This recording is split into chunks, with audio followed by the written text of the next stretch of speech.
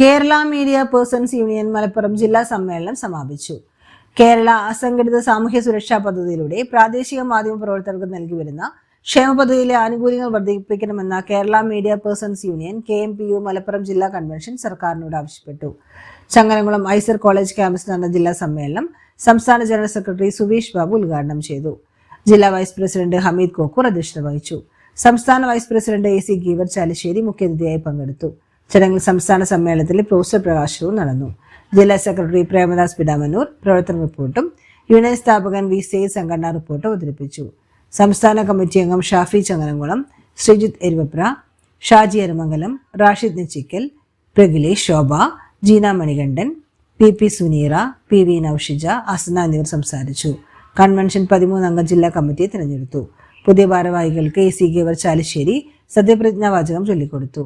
Jeena Manikandan പ്രസിഡന്റായും PP Suneera സെക്രട്ടറിയായും PV നൌഷിജ ട്രഷററായും തിരഞ്ഞെടുക്കപ്പെട്ടു. Vice പ്രസിഡന്റായി Shaji അരമംഗലം, joint സെക്രട്ടറിയായി ശ്രീജിത്ത് എരുവപ്ര എന്നിവരെയും തിരഞ്ഞെടുത്തു. രാധാകൃഷ്ണൻ പെരിന്തൽമണ്ണ രക്ഷാധികാരിയായി തിരഞ്ഞെടുക്കപ്പെട്ടു.